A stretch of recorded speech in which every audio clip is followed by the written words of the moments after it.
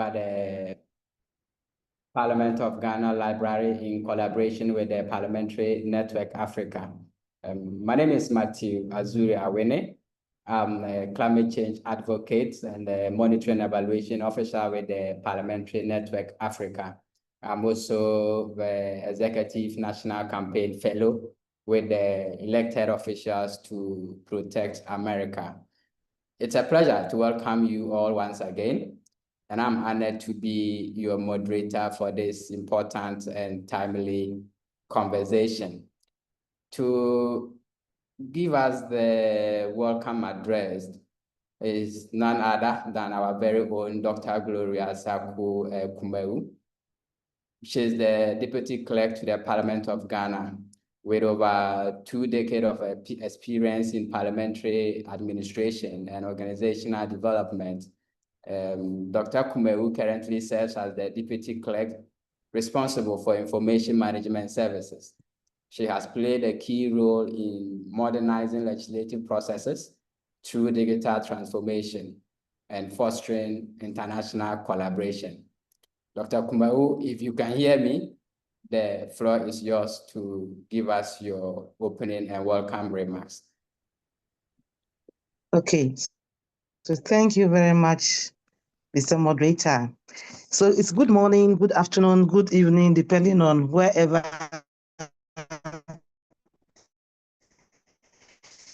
you join us from today. I host this webinar, the first of its kind, and hopefully not the last to come. Well, in collaboration with the PN Africa, who have always stood with us through thick and thin, and have been our guide with innovation. We are always pace setters, and so I'm happy to witness today's webinar. After I've welcomed you, I also want to say it's a good thing you are here today, because we are here for a very good cause. Acknowledge the resource persons and acknowledge all who have joined us from various parliaments. I don't know how we're going to introduce or get to know who is online, but I'm sure that our moderator, as we go along, will let us know which countries we have joining us today for this great initiative on legislative contribution towards creating a greener future. Yes, a greener future. Why do we say a greener future?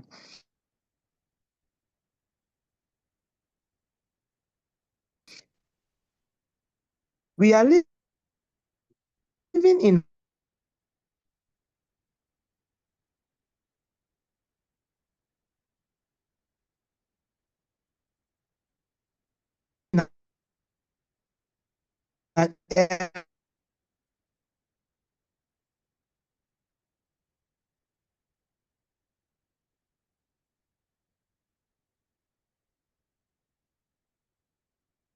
Hello, Doc. Your network is a bit shaky, if you can hear me.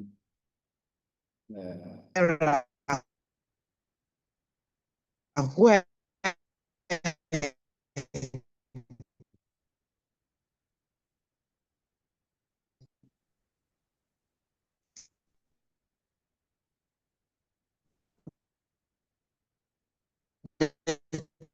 Hello, Doc.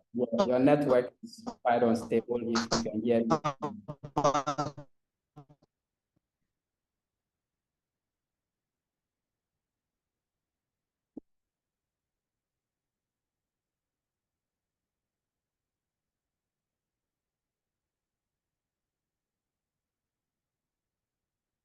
Doc network seems to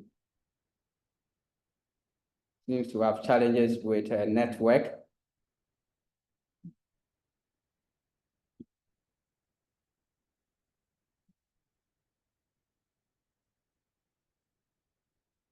She's dropped off, and so we can take the next presentation and then come back to her whenever she joins us.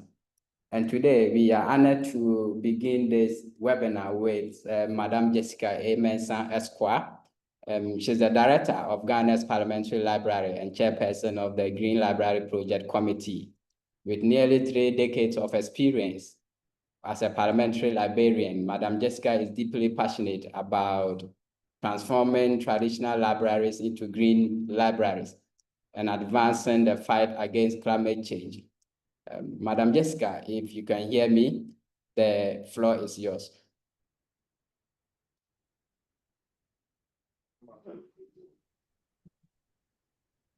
So thank you very much.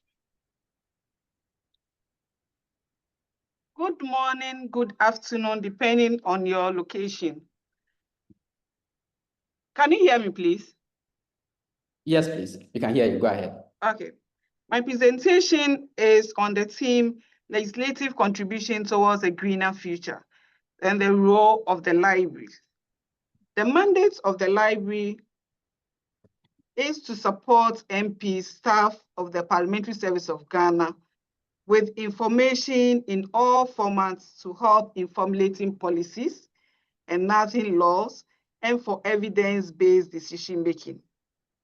In view of this, the library decided to establish a green library to support climate change initiatives. Okay, so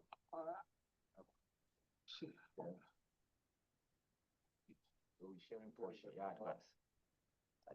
The share portion of the screen is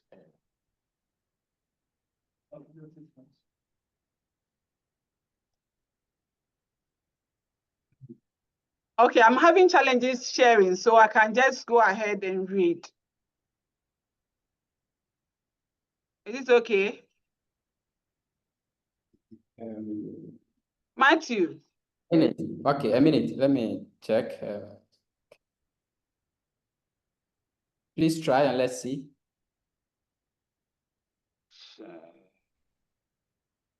Share screen. portion of the screen. That one. Then share down there. Is it okay now? It's yes, thank you. Thank you. Go ahead. Okay. Thank you. Okay. So the establishment of the Green Library within Parliament of Ghana was driven by our commitment to the United Nations Sustainability Development Goals to achieve Agenda 2030.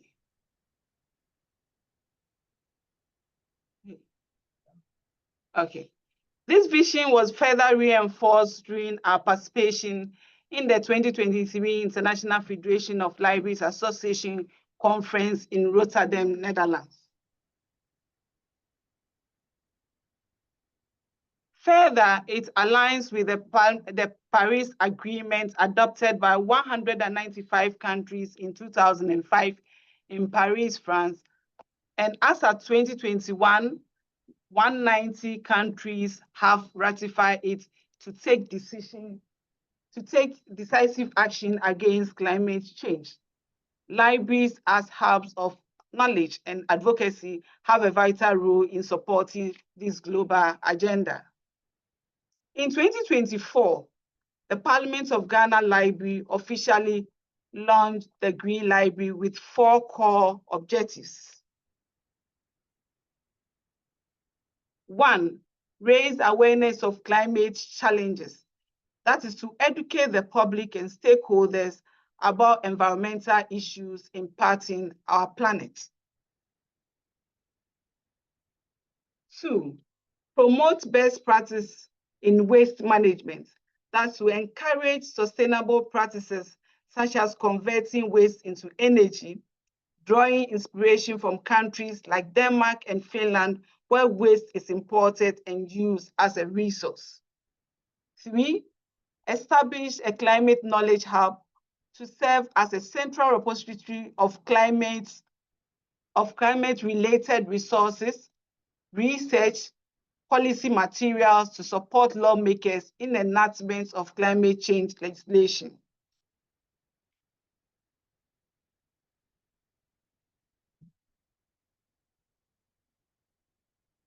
Okay, 4, collaborate on climate action. That is to foster partnership with national and international organizations in the fight against climate change to build a sustainable future. Now let's look at its key activities since the Green Library's inception.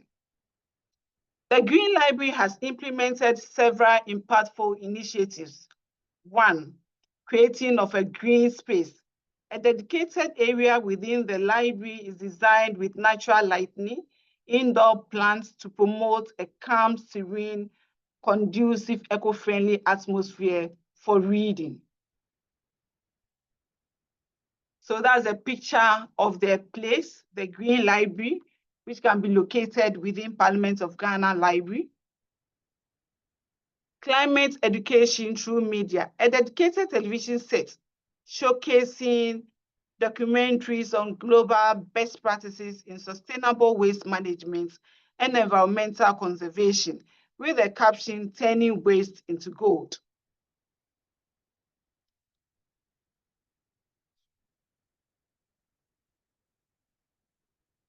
Then we have the climate legislation database, a comprehensive repository of climate-related laws passed in Ghana and other countries to be used for reference purposes. On platforms featuring law and policy search climate change laws of the world, which has over 5,000 climate-related laws and policies worldwide.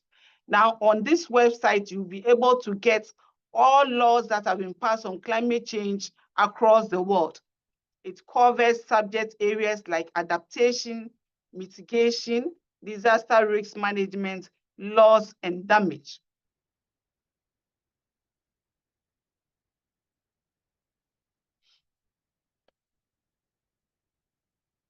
We also have stakeholders engagement in Parliament.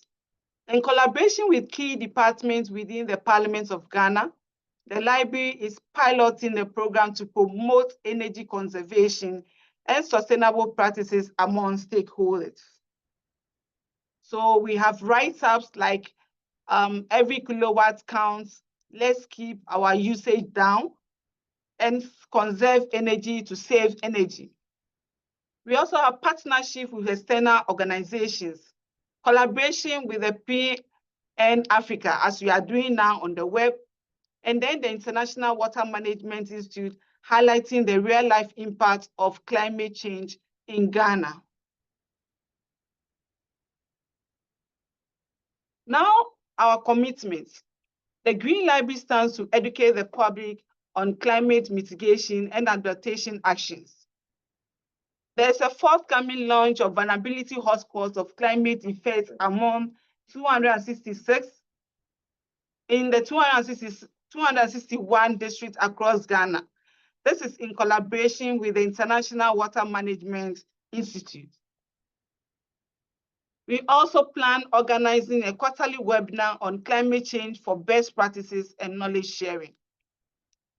I also take this opportunity to call on partners all over the globe to support the library in this cause to achieve Agenda 2030.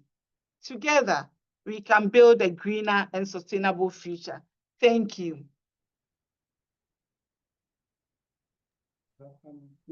Thank you so much. Together we can build a greater and a sustainable future. Thank you, Madam Jessica, for this amazing presentation. I think we lost connection with Dr. Kumau, and so if you are back and you can hear us, you have some 2 minutes to finish your presentation, and then we can go to the main presentation.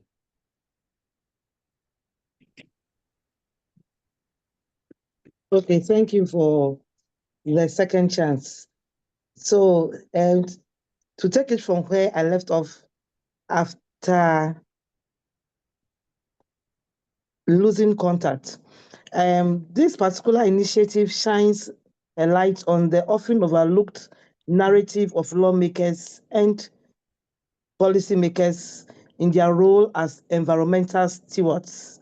The policy choices that they make, from legislating on carbon policies and clean energy to land use planning, etc., step up the efforts at mitigating climate change efforts and creating a healthy ecological future. This seminar is more than an online meeting. It's a forum where we have opportunity to learn and empower ourselves, both as stewards and as custodians of Mother Nature.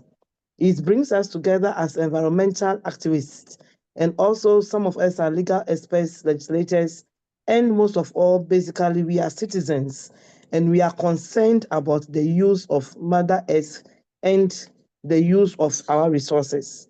I cannot end by thanking the organizers of this very unique forum, the contributors who are going to have, the participants who have taken time off their busy schedule to join us today in this forward thinking initiative. Your collective effort in making this webinar successful is one that will go down the memory lane. It's the first in the planned series of webinars that we want to hold on various issues, but we would have one line on climate change and environmental protection. And we hope that by this forum, we are going to be able to shape policy and shape the direction of sustainability, seek initiatives that will shape the world for future generations, and that we all have the opportunity to say that we contributed in a healthier working space, in a world where we can breathe, live, and thrive, and ensure that human beings come closer to nature. And in so doing, we all avoid catastrophe. I want to take this opportunity to thank our librarian, Jessica, and her team, thank PN Africa, thank all the resource persons that are going to speak today, thank all our participants who are here with us, thank the leadership of the Institution of Parliament for your unwavering sustenance and commitment to a greener future. I said when the last tree dies, the last person dies. Let's uphold our environment, let's uphold nature. I thank you all. Thank you so much. If the last tree dies, the last person dies. Thank you for that wonderful address. And moving on with our webinar, we are privileged to have with us a keynote speaker from the US. He is a former council member and an internationally recognized climate change advocate. At age 22, he made history by becoming the youngest person ever elected to serve on the town council in Caroline, New York. He is a climate reality project presenter trained by Al Gore, and he trains elected officials nationally on climate for the young elected officials, frontline leaders, academy, and local progress. In 2012, he co-founded Elected Officials to Protect America, a bipartisan network of elected officials working together to protect America's planet and democracy. Ladies and gentlemen, let's welcome our keynote speaker, Dominic Frangelo, the co-founder and executive director of Elected Officials to Protect America. Dominic, if you can hear me, welcome, and the floor is yours. Thank you. Thank you, Matthew. Can you hear me okay? Yes, please, I can hear you. Wonderful. It's great to be with you. Thank you so much for the invitation and for all of our elected officials, members of parliament, and distinguished guests here. Thank you for the opportunity to be here with you today. My name is Dominic Frangelo, as Matthew said, former council member and deputy mayor in Caroline, New York, in the United States, and excited to be here with you and have the pleasure for the last year of working with Matthew. He's been a national fellow of ours with Elected Officials to Protect America, and so grateful for his leadership and the opportunity to chat with you all today. So I'll go ahead and share my screen.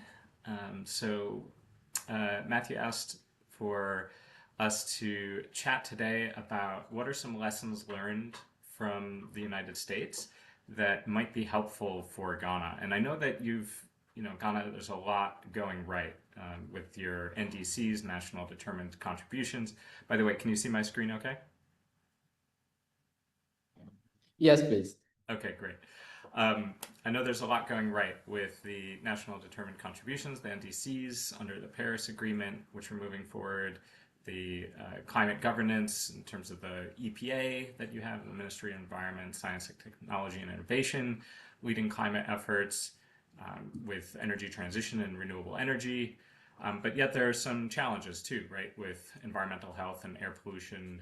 We know from the UNDP report a lot of biomass, kerosene, unclean fuels that are impacting people's health. So as we're talking about sustainability, as we're talking about a greener future, as we're talking about climate action, understanding that that impacts all of our lives and our lungs very, very personally. And then obviously adaptation and resilience, as we're seeing Ghana and really other countries and around the world being impacted and vulnerable to droughts and sea level rise and floods. So in terms of moving forward, just a little bit about EOPA, so you know who you're talking with here. So let's see, here we go. So elected officials to protect America within the US, and then elected officials to protect the earth on the international side. We're a network of state, local, and federal, tribal, school board, elected officials, really public servants at every level who are working together to protect our planet, to protect our people, to protect our prosperity. And we have had a long history. We've actually started organizing in 2009 at the Copenhagen Climate Talks, where a group of us young elected officials have gotten together, and we never stopped organizing. And our principles, or organizing principles, are threefold: that as elected officials, as public servants, we are here to act on behalf of the best interests of the public, to be stewards for our futures, for our communities, for all those we represent. And courageous leadership that when crises like environmental injustice, like pollution, like the climate emergency come along, it's up to us as elected officials, as public servants, to step up and lead. And lastly, by working together across jurisdictions, across cities, our states, our countries, and then internationally on the global stage, or in bilateral conversations like we're having right now, we have the power to help turn the tide on these issues and make a difference. And that's exactly what we've done. We focus on three primary areas as elected officials to protect America and elected officials to protect the earth, which is climate emergency. How can we scale up solutions, protecting our lands, waters, and democracy, and environmental justice. And we really truly believe those words in the Declaration of Independence in the US of justice for all. So none of us can be safe and secure and healthy if all of us are not. So it's incumbent on us to all work together. And for those who are elected officials, here's some opportunities. As Matthew knows, we can think of our work in three areas. The first is education and training. We have a certificate program with the University of San Francisco that's open to elected officials around the world. And indeed, we have in our next cohort have members of parliament coming from UK, from Ukraine, from Canada, from Mexico. So any members of parliament or other elected officials that are interested in joining, I'll drop my email in the chat, shoot me a note. We'd love to have you apply. It's, scholarships are full tuition scholarships, and travel and housing scholarships as well are available. So that's on the education and training side. We have a policy incubator that folks form policy teams, compete for a policy prize. And we've had legislation first in the nation in the United States on mental health and climate resilience, and the Energy Security Marshall Plan for Ukraine to help Ukraine leapfrog fossil fuels, get off fossil fuels, and be more secure, resilient, and safe and prosperous right now with clean energy. And that actually just passed in the United Kingdom, UK Parliament. So we've pretty amazing when people, again, work together across jurisdictions. So that's open again for all elected officials, including members of parliament and other elected lawmakers on the call today. We'd love to see your application, and I'll put the link in later in the chat. Then media and storytelling. We do a lot of press conferences across the country and internationally as well, ranging from South Africa to the UK and in the United States and elsewhere. And we have a news magazine that goes out to 25,000 lawmakers across the country. And if you're interested in receiving that, again, just shoot your email in the chat, and we'll make sure you're added. We also have an elected official fellowship program that provides a stipend and staff support for working on issues that align with our mission that you're passionate about. We have national and regional summits, delegations to the international climate negotiations, where I actually met Matthew at the climate talks in Sharm el-Sheikh in Egypt. So, and then we have leadership councils as well. And if you're interested, we'll be forming an elected officials to protect the Earth Leadership Council internationally. So we'd love to chat with you if you're interested. And lastly, what we're most known for in many ways is our policy advocacy and organizing work, where we work on a range of issues, locally, state, national, and international. So that's a little bit about EOPA. Who are you talking with? How did I get my start? Well, I grew up on a very rural dirt road in Caroline, New York, northern Appalachia, very rural, a lot of rural poverty. And I always thought that, however, that the front lines of the climate emergency were somewhere else. You know, we were working locally to bring our old timers, more conservative folks, together with our newcomers, our more progressive folks, together around a vision positively for energy independence. We called it Energy Independent Caroline. And so we were working on energy efficiency and how we could reduce costs and save energy through energy efficiency. But I still thought that the climate emergency was somewhere else. And that was until we were hit by two 100-year storms, storms we would expect to hit us only once out of every 100 years, two of them in 5 years. We had hundreds of millions of dollars of damage to our communities and the region. And we had to work together to really solve that problem together. So that really led us into understanding that the climate emergency is something that's coming home to stay here, and that we need to deal with it. And however, I still thought that the front lines were somewhere else. And that changed one day when I was riding my bike down my dirt road and turned the corner and saw something that shocked me, which was a convoy of huge trucks, massive trucks, painted all white, no markings, out-of-state plates, meaning from another state. So, and they were driving like a military invasion force on the side of the road. I've never seen anything like it. And they had these huge discs on the bottom, and they were seismic testing. And I just got this pit in my stomach, this ominous feeling. What are they doing for? What are they doing? What are they looking for? What are they doing here in my town? And the answer came within a year: gas leases.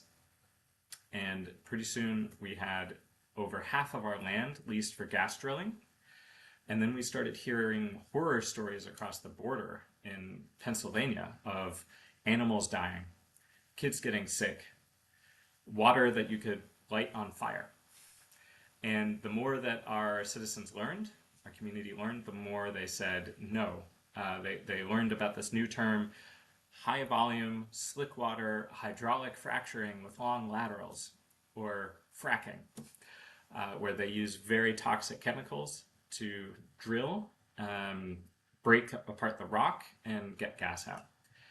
And the more we learned, the more we got very disturbed and afraid.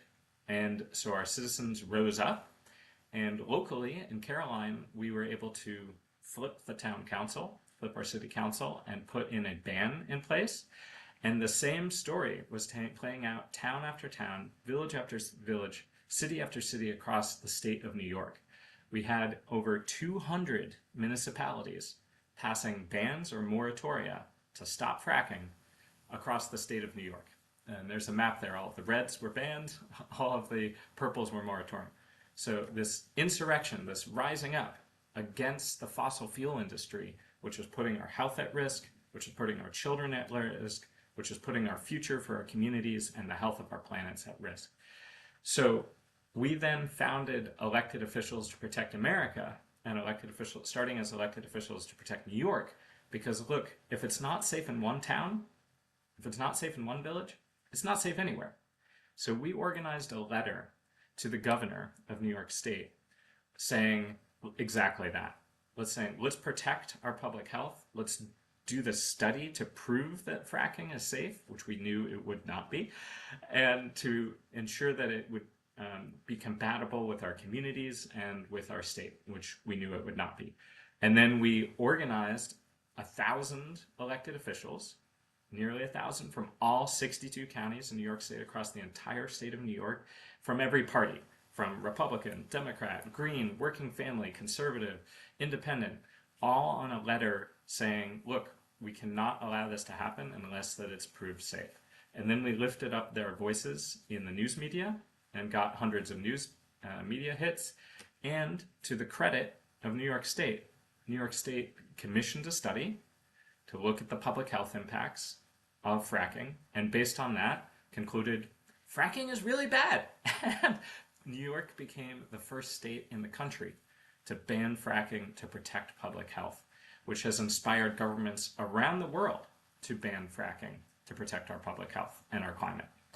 So that's how we got our start as elected officials to protect New York, which grew nationally to elected officials to protect America, and now moving internationally as elected officials to protect the Earth.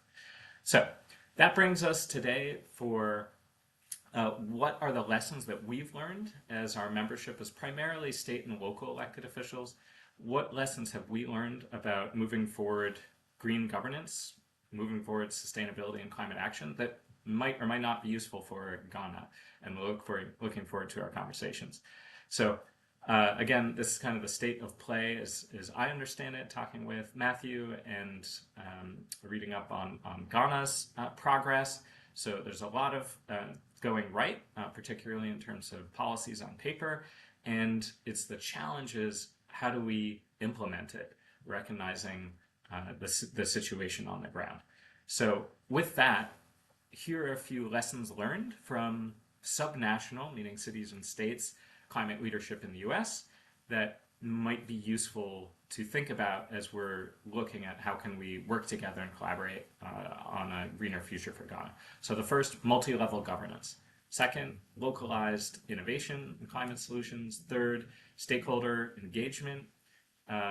Fourth is climate finance, and the fifth is data and monitoring. So let's dive into this a bit. So lesson one on multi-level governance. So this is something that we've learned. Decentralized climate action. So in the US, cities and states, state and local governments have really played a key role in implementing climate action, even when federal support has fluctuated or stopped or gone backwards as it is doing now. So the lesson learned there is empowering regional authorities and districts to help be more responsive for climate risks, and to do that learning and adaptation that can really only happen at the local level, because at the local level, you know your context the best, and having then coordination between the state and local. So what does that look like in practice? So here are a few examples of multi-level governance and decentralized climate action. So state of California, in terms of state and local climate integration, California has one of the most developed multi-level climate governance systems. The state mandates that local governments create an climate action plan, so cities and counties, that align with the state targets under its Global Warming Solutions Act. And that integration is really important. So the state is saying, hey, cities and counties, you need to get your act together and have a policy aligned with us. New York State is another example, which led the Regional Greenhouse Gas Initiative, or RGGI. It's a founding member. It's a cap and trade program that involves multiple states in the Northeast, and it's the oldest in the country. And money that is generated from selling off carbon is then redistributed to the states and then to municipalities, to the local governments, for energy efficiency and renewable energy projects. So it's a really important finance tool that then gets pushed down to the state and local level. And then lastly, Colorado, which has climate preparedness and local planning support, coordinates at the state level with the cities and counties on preparing for disasters and adapting to climate change, with a focus on local implementation and building capacity at the local level. So that's a bit on multi-level governance.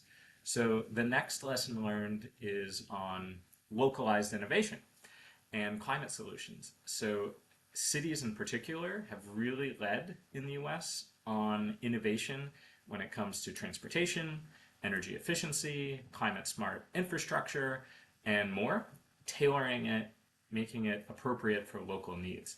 So that's important because municipalities, whether in the US or whether in Ghana, need to develop their local solutions based on what are the community needs, what are our natural resources, whether it's forests or farms or lakes and rivers, and our indigenous knowledge as well, and within our indigenous communities. And so tools like whether it's zoning or local climate action plans that are used from coast to coast in New York to California can really also help guide cities like Accra or Kumasi as well. So, and what does that look like in action in terms of the US? Well, in Portland, which has really been on the lead on green infrastructure and urban forestry, so urban forests, is pioneering green infrastructure. So bioswales to help capture rainwater, or green roofs to help manage the stormwater and reduce urban heat. And the city's tree planting and canopy expansion to make sure there's lots of green cover across the city helps reduce urban heat island effects and has many benefits both to climate mitigation and climate adaptation. Texas and Austin, the progressive city of Austin, municipal solar and net zero targets. Austin Energy heavily invested in municipal solar programs. The city has a climate equity plan. So how can we fairly hit those net zero emissions targets by 2040? And having innovation in transportation, building, energy codes as well. And then Seattle, in Washington, the electrification of public transport is very important. So Seattle has committed to a zero emissions public transit fleet in the next 10 years by 2035, including electric buses and investing in local renewable energy, pairing it with aggressive city level policy mandates. So pretty important and an example of what you can do there. Next example is stakeholder engagement. You know, since many of you are elected officials in Parliament, and you know better than I just how important it is to have stakeholders engaged and public participation. And in the US, that's the biggest lesson learned for us is if you want to get things done on climate action or sustainability at the subnational level, you really need to involve civil society. So get your nonprofit groups, get your businesses involved, get your academic institution involved in the planning and also in the implementation of climate action, which boosts legitimacy, it boosts innovation, but also ensures better outcomes. So an example, I was appointed by the governor in New York to be on our climate action plan, and we had a development committee. And we had a wide variety of stakeholders from academia, from businesses, from finance, from renewable energy. So getting all of our minds together really helped to produce a better product. So that could mean whether it's community groups or farmers, to make sure that whatever policies and programs are being developed are really appropriate for the variety of contexts within that we work, whether it's in urban areas or rural areas in particular. So what does that look like in the US? What are some things that have been successful? Minneapolis and Minnesota has a climate action framework, and one of our leadership council members and the founder of our City Climate Corner podcast was a local elected official in Minnesota and now a state lawmaker, a state representative as well. So Minneapolis at the local level developed a climate action plan through a whole consultation process with neighborhoods and nonprofits and historically marginalized communities. And that really helped inform and tailor those policies for housing, air quality, and transit to make sure there was equity. Or in Los Angeles, where there's been a big push, one of our, again, founding leadership council members in California was a big player in this and turning that call for a climate emergency into a climate emergency department within Los Angeles and creating a Green New Deal stakeholder advisory committee that was really inclusive through an advisory process with community organizations, labor unions, environmental justice groups, because there is a lot of oil and gas drilling even in the urban areas of Los Angeles. In fact, our California director, Megan Sally Wells, former mayor of Culver City, she led the state's first process from a local government to phase out oil drilling altogether, using a unique amortization process, basically saying, hey, look, oil companies, you've made your money already. Now this is impacting our health and harming our community. We need to phase this out. This is no longer an appropriate use. So Los Angeles took that on, and then LA County, which is the 10 million people in LA County. On a side note, one LA supervisor in LA County represents 2 million people, meaning that they are the most powerful local government officials in the country, which is very interesting, representing more than members of Congress. So that's Los Angeles. So again, having an inclusive participatory advisory process for that local climate action plan. And then lastly, Boulder, where my brother is, has participatory budgeting. So this was pioneered, I first heard about it in the city of New York City.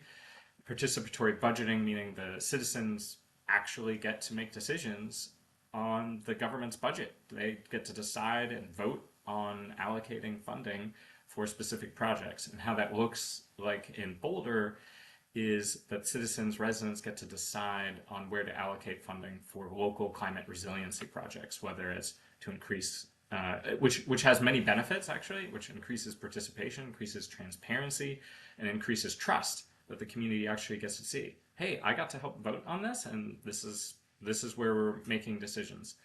In fact, New York City is, on a side note, is moving towards having member earmarks where the members of city council get to decide. They basically have a slush fund where they can decide, hey, I'm going to bring some money to my district, which helps with re-election. At least that's the thinking.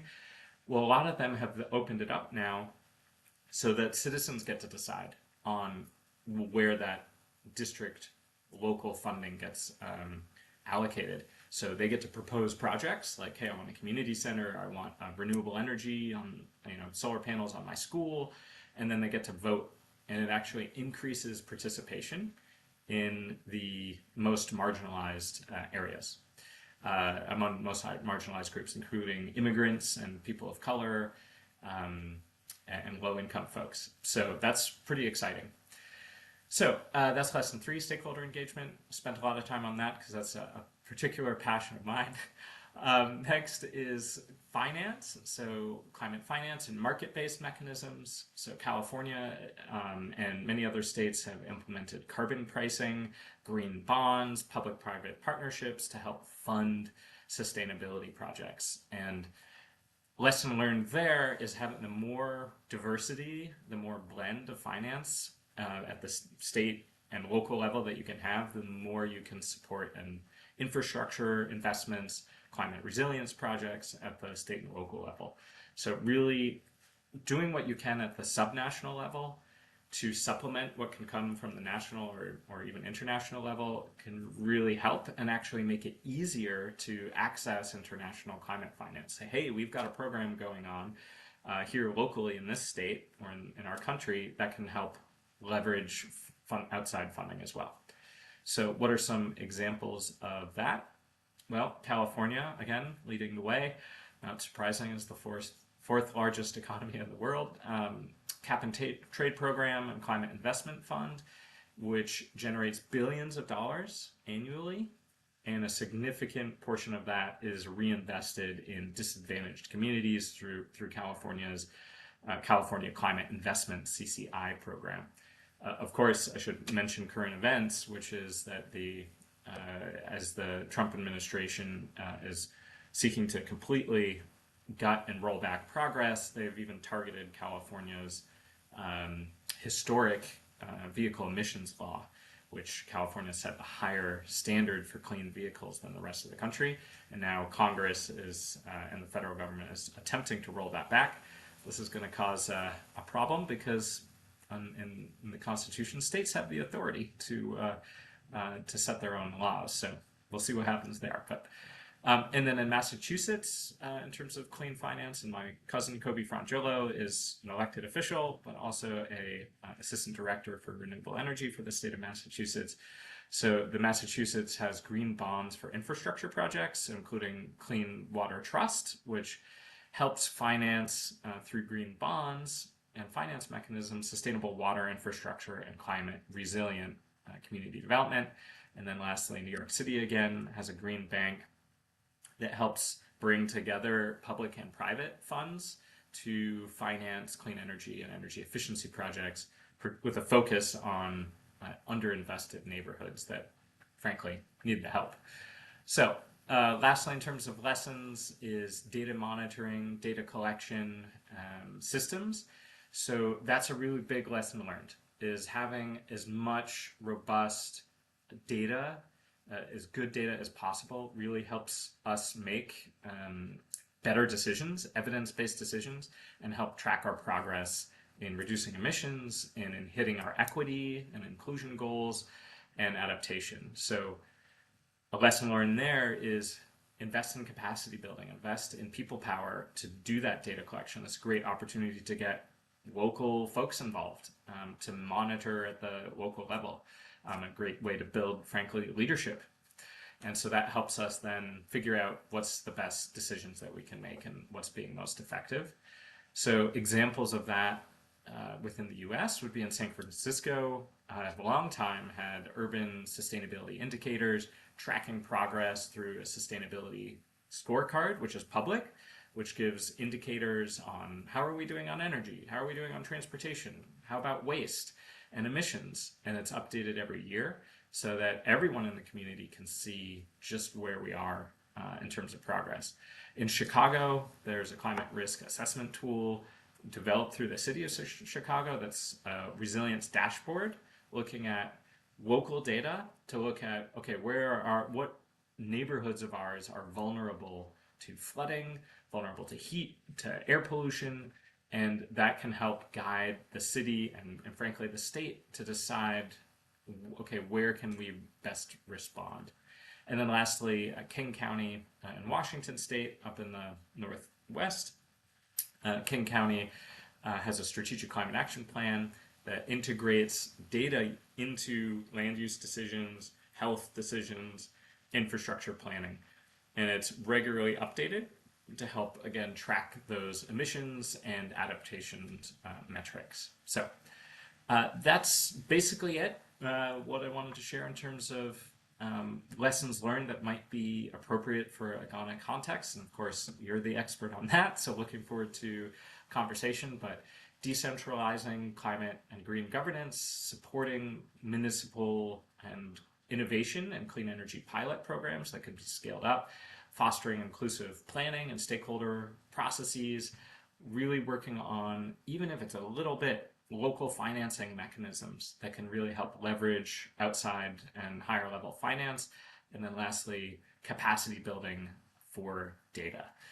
Because if you can't measure it, you can't manage it. So with that, I'll stop sharing and hand it back to you, Matthew, and looking forward to the conversation.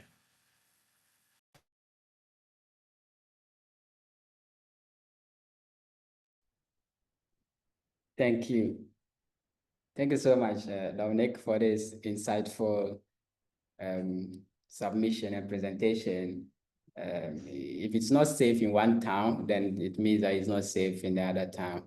So if not safe in the US, it means that it's not safe in Ghana. And thank you for the perspective you've shared and what is in for Ghana and how we to be able to take advantage of some of the policies you are implementing over there as elected officials and how you are helping America to protect the lands and democracy as well. Much appreciated.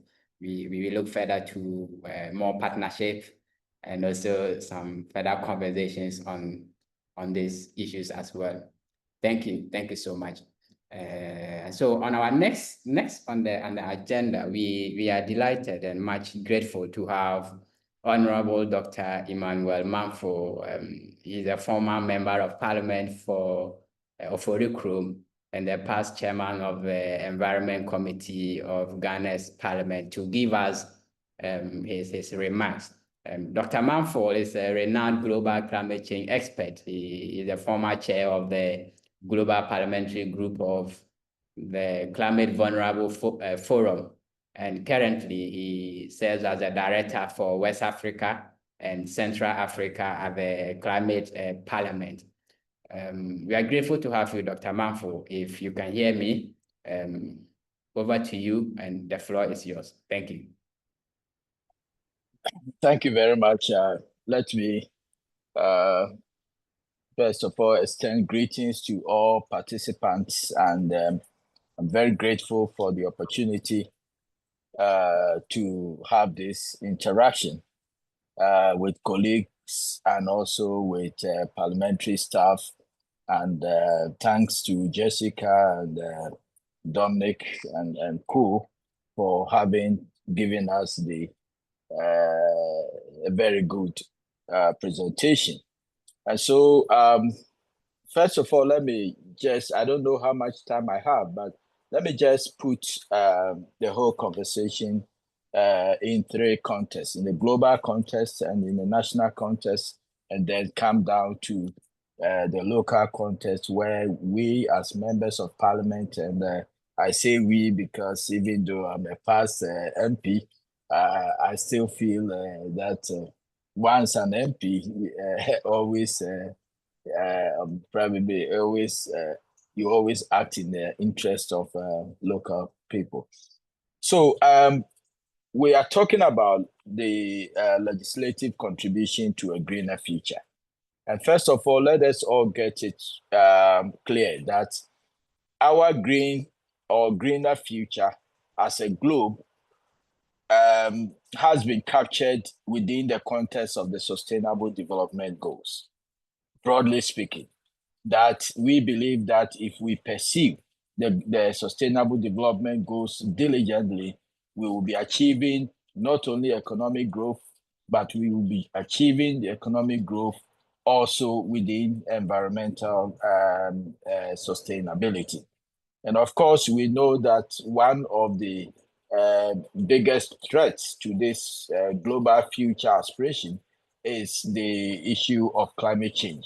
Of course, climate change is an existential threat to humanity, and global efforts such as those under the UN framework for climate change convention and the subsequent Paris Agreement have provided us with a framework to take actions to make sure that our global climate change is brought to sustainable levels.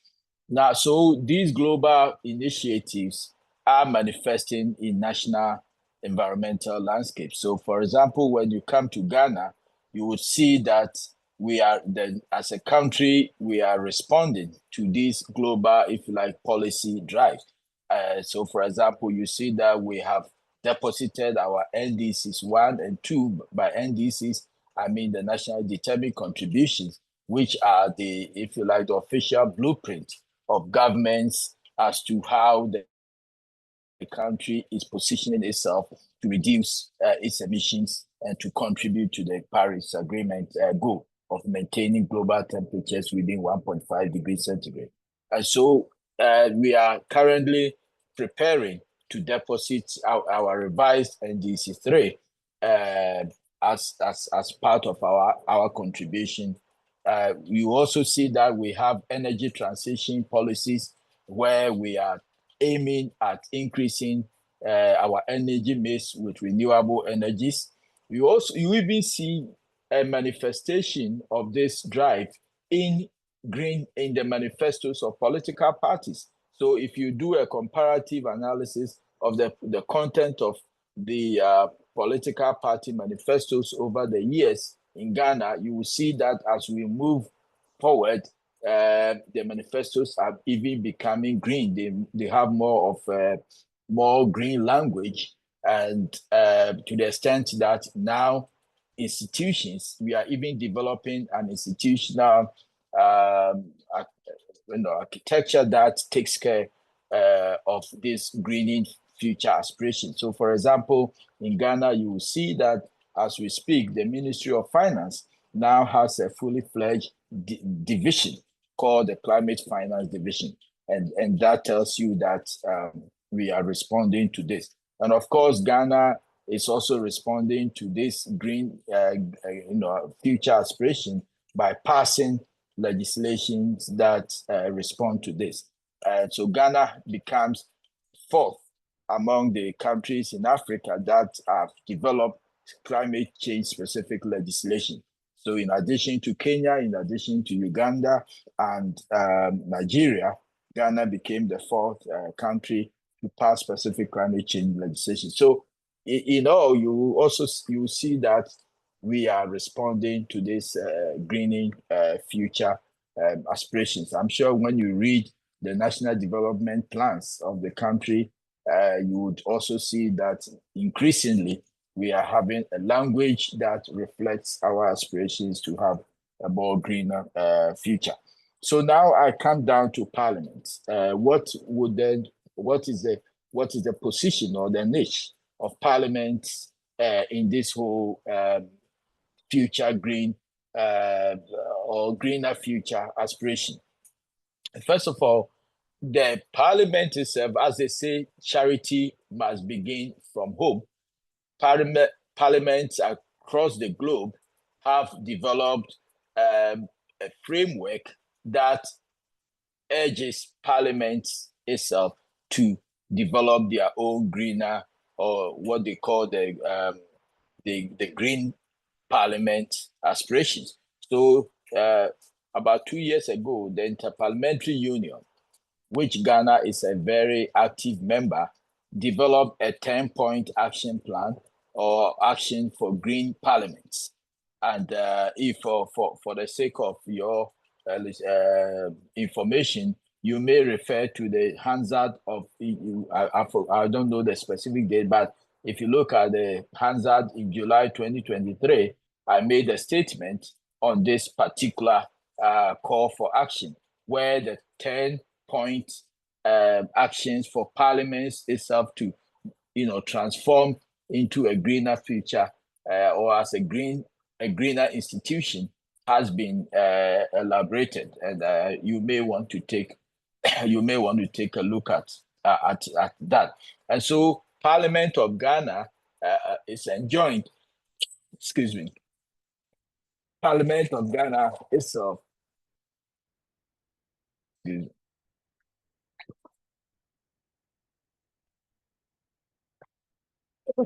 Sorry.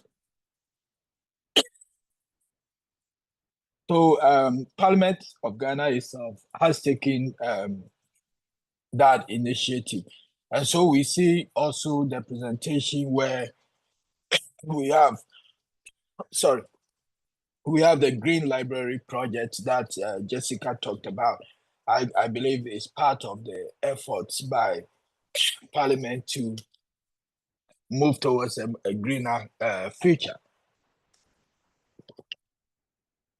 Now,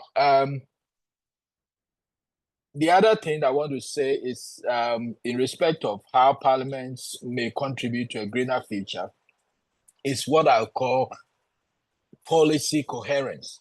Now, there is no place that a country can achieve policy coherence than in the budget.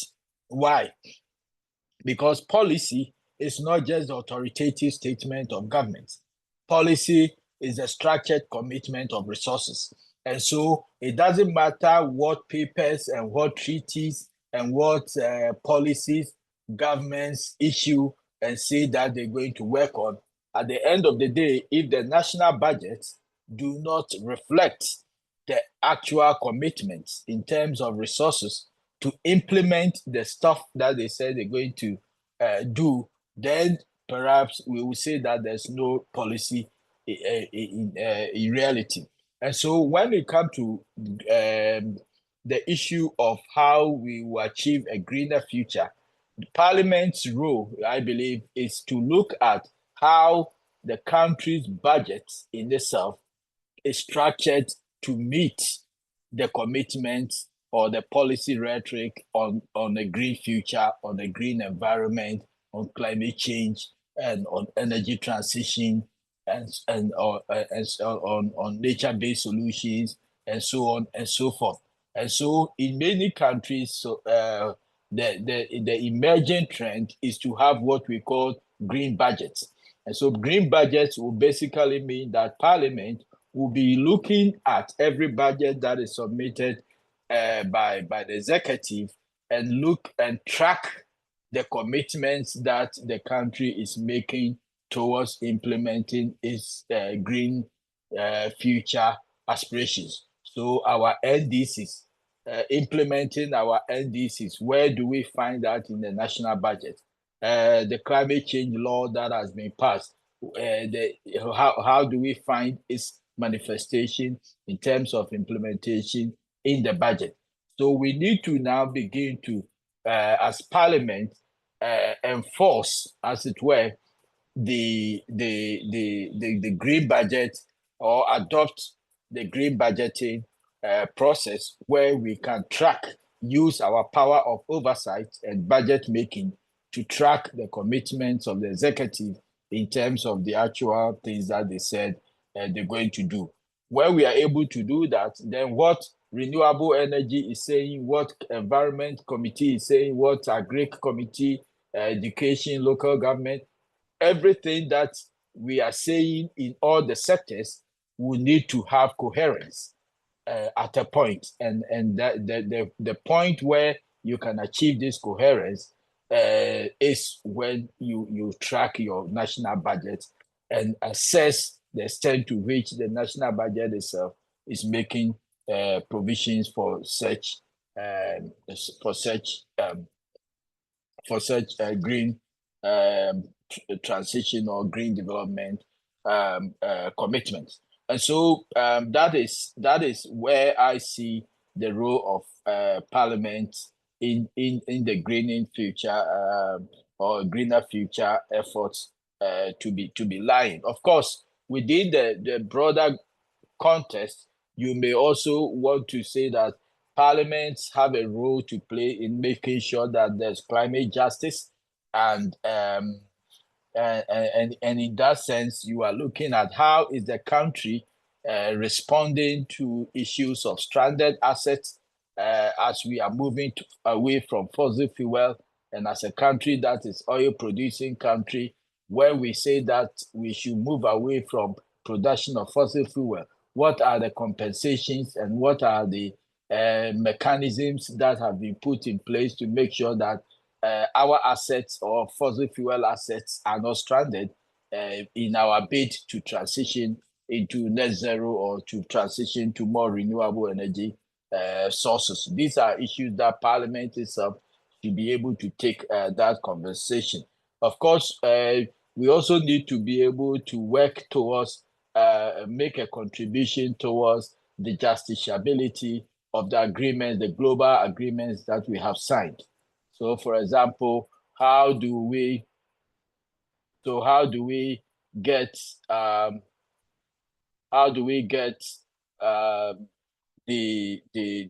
Paris Agreement to be justiciable by law, and to be able to enforce it, so that the impacts of climate is not the impact of climate change from one geographical area does not impact us negatively. And of course, we need to, another area that parliaments need to work critically is on climate finance. And Dominic mentioned that, but in our context, we need to be able to divert the conversation so that there's equitable distribution of climate finance, not only flowing to developing countries, but also flowing in terms of the adaptation, because in most of our developing countries, in our communities, our real challenge is how do we build resilient communities and resilient infrastructure to be able to withstand the impacts of climate change. And so for us, adaptation is very key. How do our farming systems respond to the changing climate, to intense drought, to flooding, and the kind of risk and vulnerabilities that we are experiencing as a developing country? Parliament, as a representative of the people who are impacted, has a role to play to make sure that we direct climate finance not only to our countries and make climate finance one of the conduits for development finance, but also in terms of the sectors, moving away from the bias, overfunding, if you like, of mitigation to adaptation, which is the area that we, as a developing country, so much need. So, in order, just to conclude, my conclusion will be four. First, to make sure that Parliament, as an institution, itself develop an implementation plan towards the IPU's 10-point action to make Parliament itself have a greener future in terms of promoting e-Parliament, e-library, green libraries, our procurement issues, building more climate caucuses, and bipartisan, caucuses, collaboration, and all the things that the 10-point action plan of the IPU has talked about. We need, as a Parliament of Ghana, to develop our own action plan. How do we move from our signing that agreement, or as it were, subscribing to that, to the point where we see ourselves having a plan that we are implementing? So, for example, how do we convert our car parks in the Parliament of Ghana probably as a solar parking spots where we can fire off, we can provide renewable solar energy from our car parks to power, let's say, the chamber,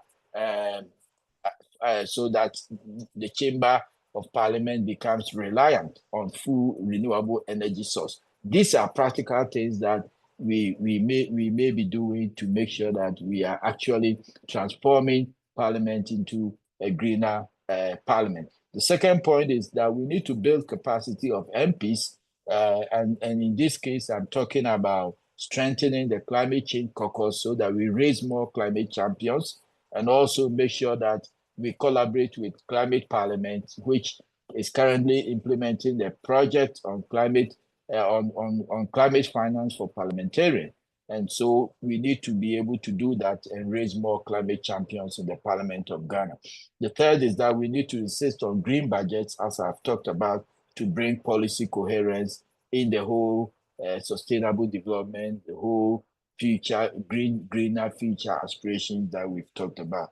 And also to support MPs to implement their own local actions in their communities. So, for example, promoting electric cooking, solar-powered stoves for school feeding program or kitchens, and creating green zones within your own constituencies where, for example, more renewable energy sources can be promoted within your community. So these are the areas that I think we can look at when we're talking about the legislature's role in contributing to a greener future. Thank you very much for listening to me. It's a pleasure being here again, Graham. Thank you. Thank you so much for the opportunity to speak with us and the time you've had with us. Very insightful submission on what Ghana is doing so far. And I like the part you spoke about building the capacity of members of Parliament, and especially the climate change caucus. And we are honored to have the chairman of the climate change caucus of Parliament, Honorable Professor Hamza Adam, the MP for Kumbugu constituency, to share his perspective and give us his remarks. So, good afternoon. Thank you, Honorable. We can hear you. Go ahead. Greetings to all. Can you hear me? Yes, please. Can hear you, Honorable. Hello, can you hear me? Yes, please. Hello, can you hear? All right. Thank you for the opportunity. Thank you for the opportunity. I actually thought I didn't have anything to say again, so I was just walking out to the house. Okay. So let me first of all thank the organizers. Let me thank the organizers of this very wonderful program, the library committee that has set aside time to go green, support the climate action. We, the members of parliament, are very happy to be working with them. Ghana's parliament has two strong bodies that are responsible for climate action. We have the Environment, Science and Technology Committee of Parliament. Then we also have the Climate Change Caucus. Both bodies are working hand in hand to ensure that we're able to support the climate action. On the part of the Environment, Science and Technology Committee, it is the core committee mandated by the standing orders to oversee environmental related programs, including climate change. And so, but if you look, climate parliament is an open kind of group which any parliamentarian who is ready to champion climate action can join. And so we are encouraging all MPs to join this particular action. And so basically what we have been doing is to try and build the capacities of MPs so that MPs can be armed with climate action ideas so that they can join in the advocacy of climate issues. We also try to encourage them to support the environment, science and technology when it comes to legislation and then for a policy discourse on climate matters. So basically, we are working hand in hand to ensure that we support the government to realize our dreams so far as climate change is concerned. And so we are happy and ready to work with the library group that has set aside this particular program to champion the action, the climate action. So we will continue to collaborate and then work together. I'm happy with the kind of initiative they have taken so far, including ensuring that they're able to make available reading materials for anybody within the space of Ghana's parliament willing to learn about climate actions. They can go to have access.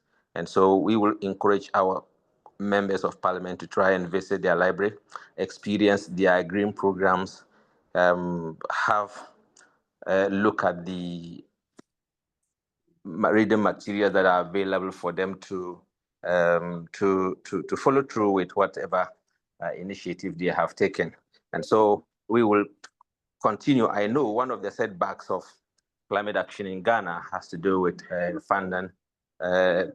Funding issues have limited the climate actions, but we will continue to try and work in hand, like Dr. Mafo tried to explain. I mean, there is a lot that is happening in Ghana. Ghana has initiated a lot of things, including the passage of the climate change law. And so we will try to work closely with government, with policy, when it comes to legislation, when it comes to budgeting, when it comes to participation in policy discourses. We will encourage all members of parliament from Ghana to try and participate in this.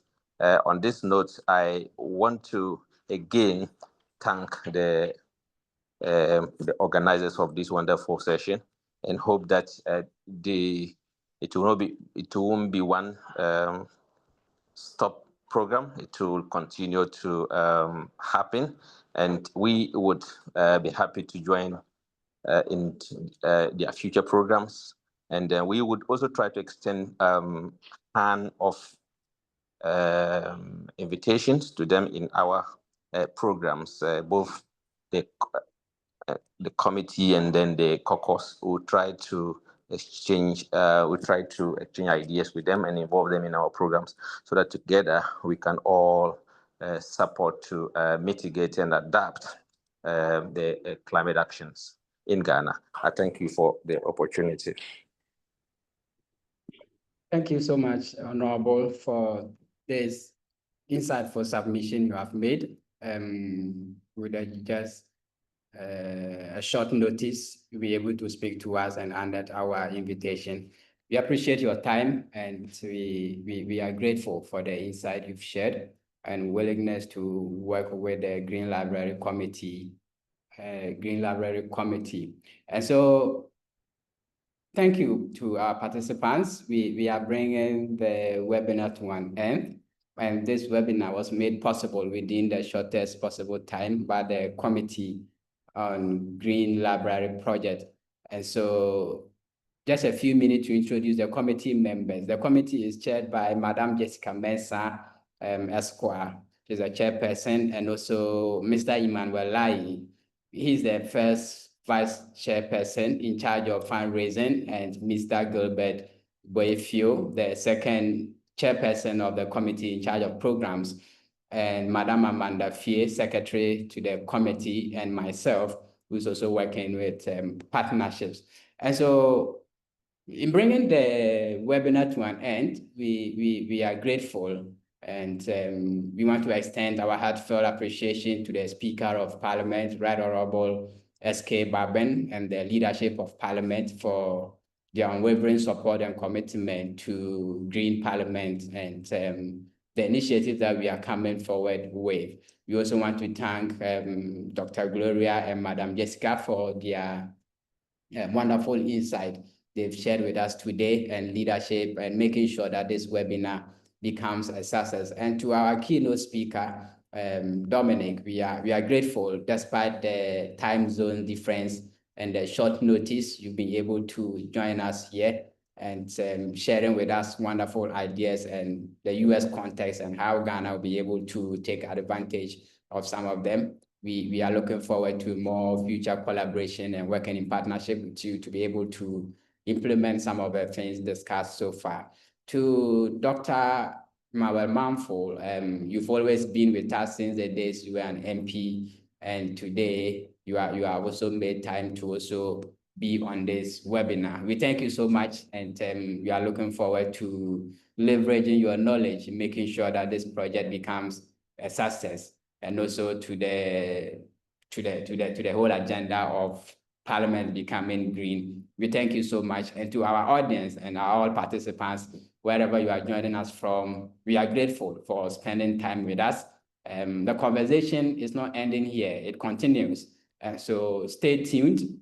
Whenever there's an upcoming programs, event, we will bring it to you and let you know in time. And the Parliamentary Network Africa for also partnering with the Parliament of Ghana to make sure that this webinar becomes a success.